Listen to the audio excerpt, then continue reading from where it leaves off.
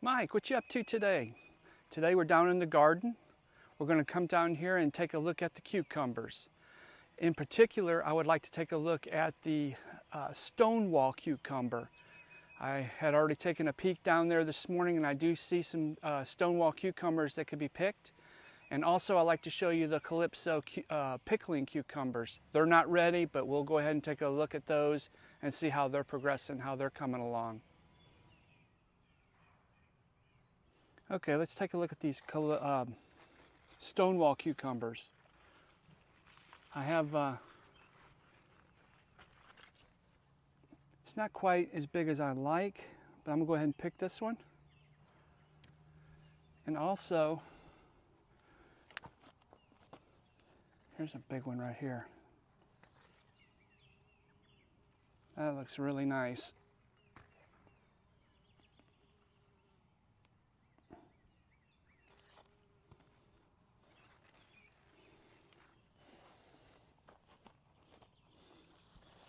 Wow.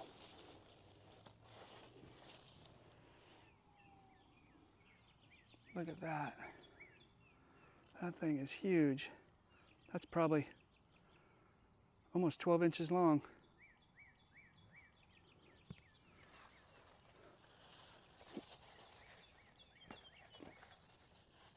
There's another nice one.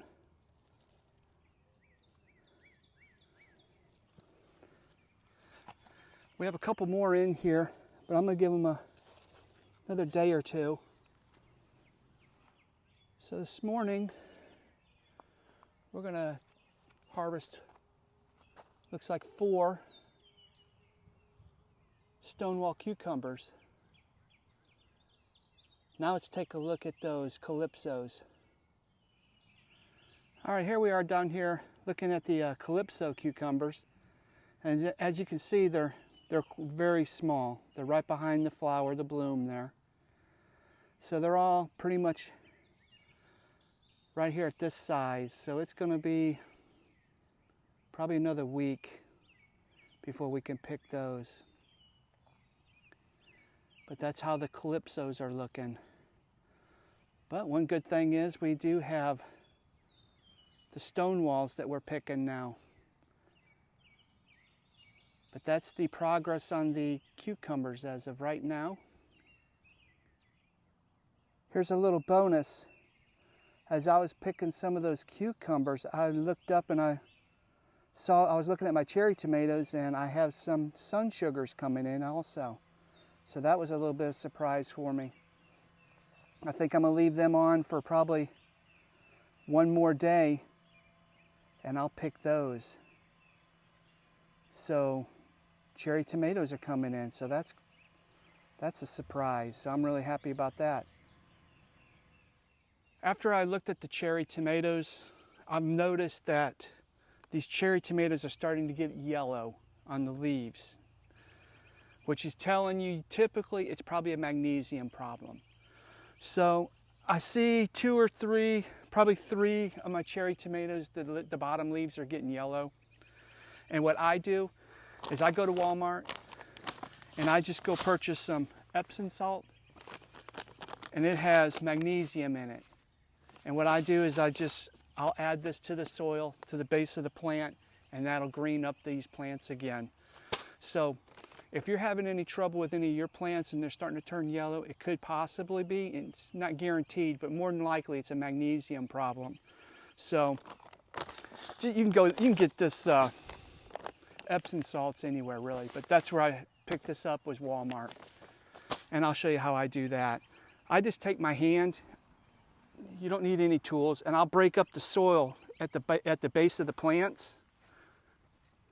Just the top ½ inch or so of soil. I just use my fingers, and I'll just reach in, and there's no real method to this. You just grab you some Epsom salt. I get me a good little handful, and I'll sprinkle it around the base of the plant, and I like to mix it into the soil. I'll just kind of